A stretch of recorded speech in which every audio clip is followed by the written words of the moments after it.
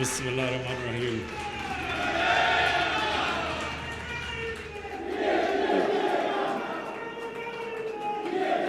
شکریہ شکریہ۔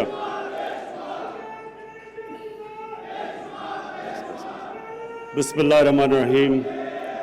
ایاک نعبد و ایاک نستعین۔ مصباح بہت بہت شکریہ۔ آپ سب کو کسی کو یہ نہیں پتا ہوگا، مصباح چھوٹی سی ہوتی تھی جب کرکٹ میچ دیکھنے آیا کرتی تھی، جن دنوں میں کرکٹ کھیلتا تھا، تب سے پوٹینشیل تحریک انصاف تھی۔ ابھی تحریک انصاف بنی نہیں تھی، یہ پہلے سے ہی تحریک انصاف میں تھی۔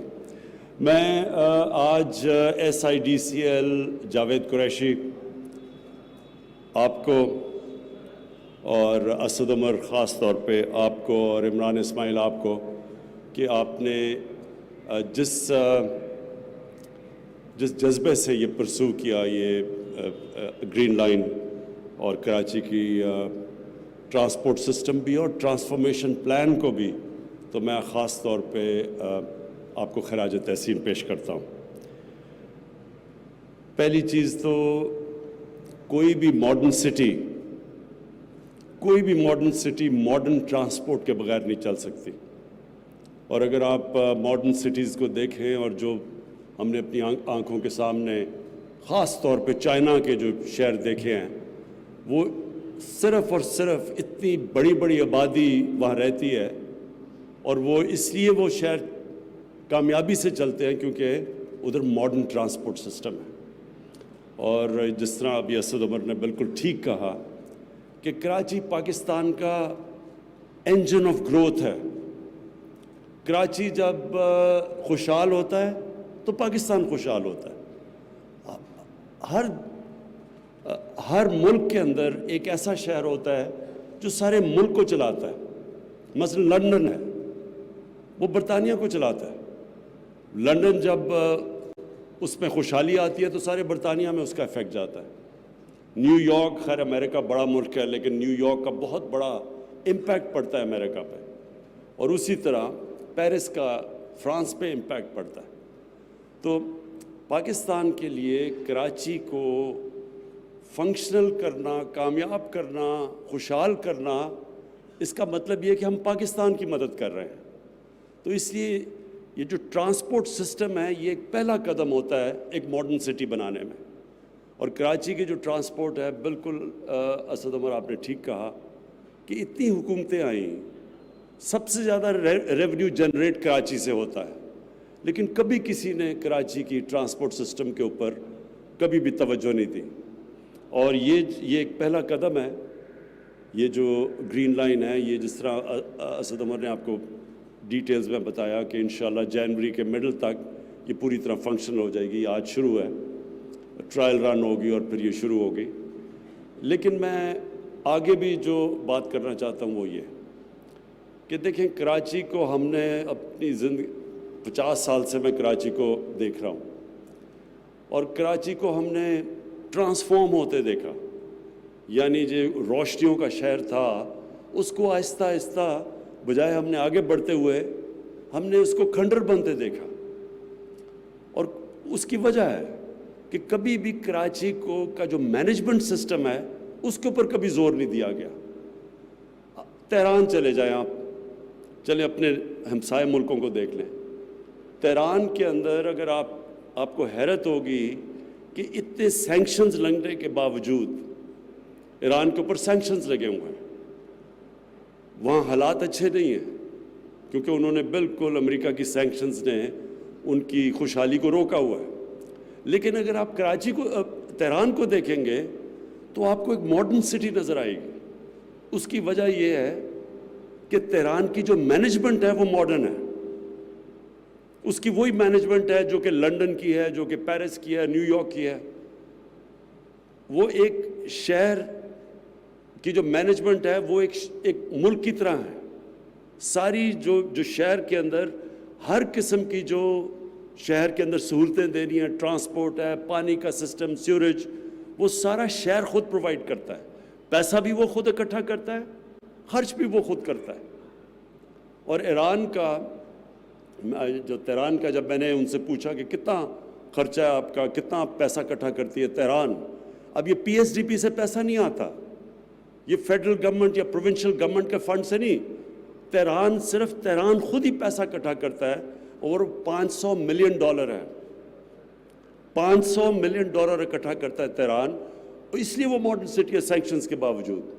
اس کے مقابلے میں کراچی میں دیکھیں کتنا پیسہ اکٹھا ہوتا ہوگا. میں نے کوئی اندازہ لگایا تھا, ایک دفعہ کیلکولیٹ کیا تھا, $30 ملین بھی نہیں ہے اس کا. تو اس لیے کراچی کا جب تک مینجمنٹ سسٹم ٹھیک نہیں ہوگا تو کراچی میں بھی یہ جس طرح کو ہم ماڈرن شہر چاہتے ہیں اس کا بننا مشکل ہوگا. اسی لیے جو یہ لوکل گورنمنٹ جو الیکشنز آ رہے ہیں, یہ ضروری ہے کہ کراچی کو اٹانومی دی جائے. یعنی کراچی جس طرح تہران چلتا ہے, نیو یارک, لنڈن چلتا ہے, اسی طرح کراچی کی بھی جو الیکشن ہو, جس طرح ہم اب لاہور کی کروا رہے ہیں, ہم اسلام آباد اور پشاور, جو ادھر پنجاب میں اور کے پی میں الیکشنز ہو رہی ہیں, وہ ایک ڈائریکٹ الیکشن سے ایک شہر کا میئر الیکٹ ہوگا, اور وہ بالکل اسی طرح شہر کو چلائے گا جس طرح ماڈرن سٹیز چلتی ہیں جن کا میں نے نام لیا ابھی. دوسری چیز کہ جو ہم نے کراچی ٹرانسفارمیشن پلان کے اندر جو وعدے کیے تھے, وہ مجھے بڑی خوشی ہے کہ وہ سب چل رہے ہیں. نالے صاف کرنے والے اور یہ جو فریٹ کا کوریڈور ہے, یہ بہت ہی ضروری ہے, کیونکہ سارا کراچی اس طرف کنجیشن ہو جاتی ہے, وہاں پولوشن علیحدہ ہے.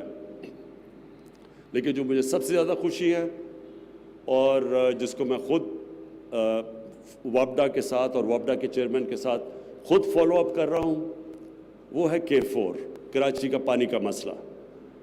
اور یہ ہمیں سب کو پتہ ہے کہ یہ جو عذاب آتا ہے کراچی کے لوگوں کے اوپر, اور خاص طور پہ جو بیچارہ غریب طبقہ ہے, ان کو جو پانی نہیں ملتا, بیسک چیز ہے پانی.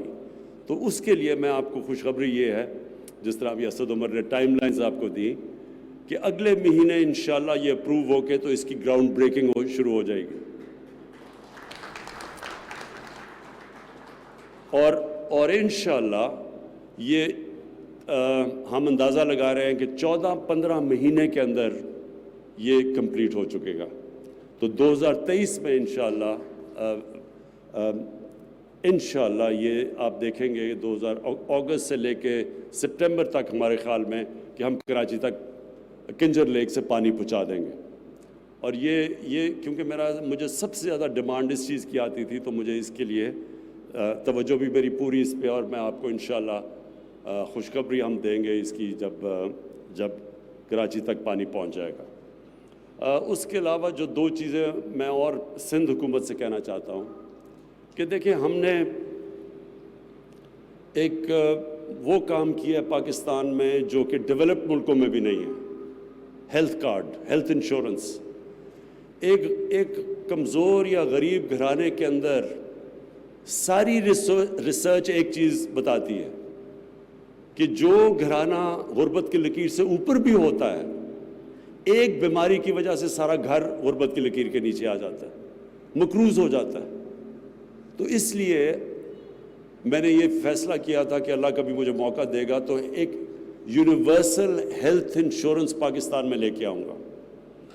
اور مجھے بڑی خوشی ہے کہ پہلے پختونخوا میں ہماری حکومت تھی, انہوں نے شروع کیا, لوگوں نے کہا کہ خرچہ برداشت نہیں ہوگا, اور بڑی اس کے اوپر ہمیں شروع میں لوگوں کو شک تھا کہ یہ نہیں کامیاب ہوگا. آج پختونخوا میں سارے خاندانوں, جتنے بھی خاندان ہیں پختونخوا میں, سب کو ہیلتھ انشورنس مل چکی ہے. 10 لاکھ روپیہ ایک خاندان کے لیے کسی بھی ہسپتال میں جا کے اپنا علاج کروا سکتے ہیں. اس کے بعد پنجاب میں ہم نے شروع کیا, تھوڑے سے ڈسٹرکٹس میں شروع کیا, اور اب جنوری سے لے کے مارچ تک سارے پنجاب کے اندر ہر خاندان کے پاس ہیلتھ انشورنس آ جائے گی. بلوچستان بھی اب تیار ہو گیا ہے, جدھر ہماری حکومتیں ہیں آزاد کشمیر میں اور گلگت بلتستان میں, وہ بھی تیار ہیں, ادھر بھی وہ اب ہیلتھ انشورنس لے کے آئیں گے سب کے لیے. تو سندھ حکومت کو بھی میں کہنا چاہتا ہوں کہ یہ صوبوں نے سارے کنٹریبیوٹ کر رہے ہیں, آپ کو اس میں ضرور شرکت کرنی چاہیے, کیونکہ سندھ کے لوگوں کو بھی یہ رائٹ ہونا چاہیے کہ وہاں بھی فیملیز کے پاس ہیلتھ انشورنس ہو, اور خاص طور پہ غریب لوگوں کے لیے, ان کے لیے اس سے بڑی نعمت کوئی نہیں ہے. اور اس کے علاوہ جو میں آخر میں بات کرنا چاہتا ہوں بنڈل آئلینڈ کی، جو یہ کراچی کے پاس جزیرہ ہے، یہ بہت ضروری ہے کہ سندھ گورنمنٹ اس پہ جو انہوں نے NOC دے کے واپس لے لیا تھا، اس سے سب سے زیادہ سندھ کو فائدہ ہے، سندھ سب سے زیادہ اس سے گین کرے گا، اس میں سب سے زیادہ نوکریاں سندھ میں جائیں گی، ایک ماڈرن شہر بنے گا، کیونکہ شہر ہمارے پھیلتے جا رہے ہیں، جتنے شہر پھیلتے جائیں گے اتنا ہی زیادہ مشکل ہے سیوریج سسٹم، ویسٹ ڈسپوزل ادھر پرووائڈ کرنے کا۔ اس لیے ضروری ہے کہ ایک ماڈرن شہر بنے، اور ماڈرن شہر جو اوپر جائے، جس طرح دبئی ہے، جس طرح نیو یارک ہے، جو ماڈرن شہر ہے، کیونکہ یہ اگر پھیلتے گئے سیوریج سسٹم اور پانی اور یہ سب کچھ امینٹیز نہ یہ سپلائی کر سکیں گے، پھر ہمارے جو اناج پنجاب وغیرہ میں ہماری فوڈ سیکیورٹی کے آگے ایشوز آ جائیں گے۔ ہماری آبادی بڑھ رہی ہے، ہم نے لوگوں کے لیے ان کے لیے اناج اگانا ہے، تو وہ زمین وہ شہروں کے اندر آتی جا رہی ہے زمین۔ اس لیے یہ ماڈرن سٹیز جو لاہور میں ہم بنا رہے ہیں، راوی سٹی، وہ ایک نیا شہر ہے، اس میں پھر ہم نے درخت اگا رہے ہیں، اس کی پوری انوائرمنٹ کا دھیان رکھ رہے ہیں تاکہ لوگوں کے لیے وہ پرابلمز نہ ہوں جو آج لاہور میں ہیں، کیونکہ لاہور پھیلتا گیا، کسی نے سوچا ہی نہیں، اب پولوشن کے بڑے سیویئر پرابلمز ہیں لاہور میں۔